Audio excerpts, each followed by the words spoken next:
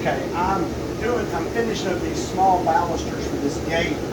I have already made one twist in the balusters, and I do this in stages because I'm trying to get them real close as possible. If you look over here on my vise, what I did, I just made a little jig up, and I just had to adjust it. So what I did, first of all, I moved that jig this way, and then the end came out to right here, and that's where I knew I needed to put my twisting wrench. So I did all of those first. So if you envision this being right here, this was my depth gauge, and that's how I got all of these done. Now, what I'm doing now is I'm creating, if you look right here, I'm creating these. I'm doing a double twist. It's that reverse twist. I really like this twist. I think it just looks cool. So what I'm going to do is pull one out of the forge. I got my new rivet burner working great.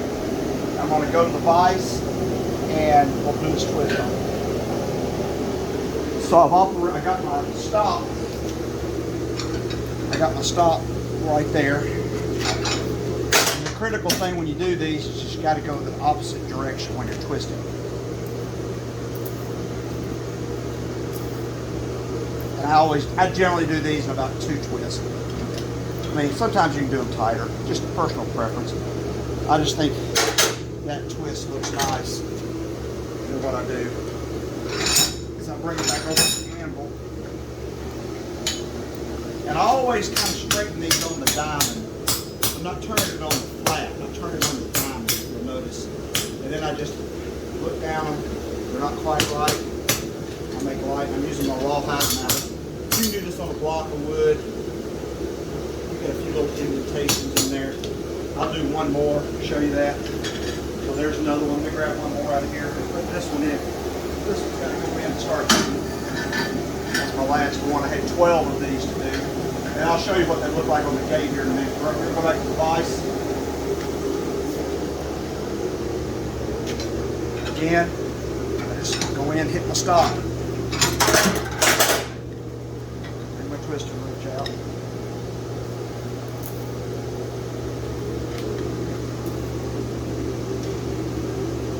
Just counting your rotations, you're keeping up with, and then you do any last tweaks. I look at it to see if those flats are all lined up, and if they are, I'm good to go. I get back to the vise. Again, always hit them on the diamond. You don't have to hit these very hard. And then I look down it and see if it's pretty straight. I want it to be good and straight. I'll do one more. Out. Just showing you this 2 or 3 times so you kind of see how it's doing. There's 100 ways to do this, I'm sure. This is just a way that I work. I can get a pretty consistent twist. Sometimes your twist will be a little off. When I did the first batch, I actually twisted them at 2 heats to try to make sure I got an even twist.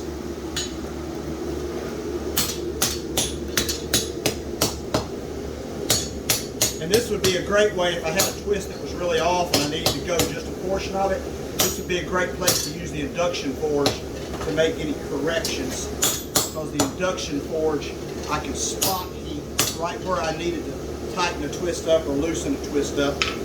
And that's pretty much got it. Let's go back to the back shop. I'll show you what these are looking like in the gate. I've only got one laying in there. But this kind of gives you an idea of how this is going to go in here. So this is what that's going to look like. So I think it's going to be a really nice look. I did the same point, and I've had to take measurements off this to get my heights about right here to here. And then try to get this. It's not perfectly centered, but that's okay as long as they're all the same. And I may, if this height right here, I got to measure them. If they're not exactly right, I'll take a little bit off each end because I know every picket is going to be right at about the same length because I've kept done everything the same on every one of them. So that's what's going to look like. So yeah, just a quick little video on doing a double reverse twist. Have a blessed day.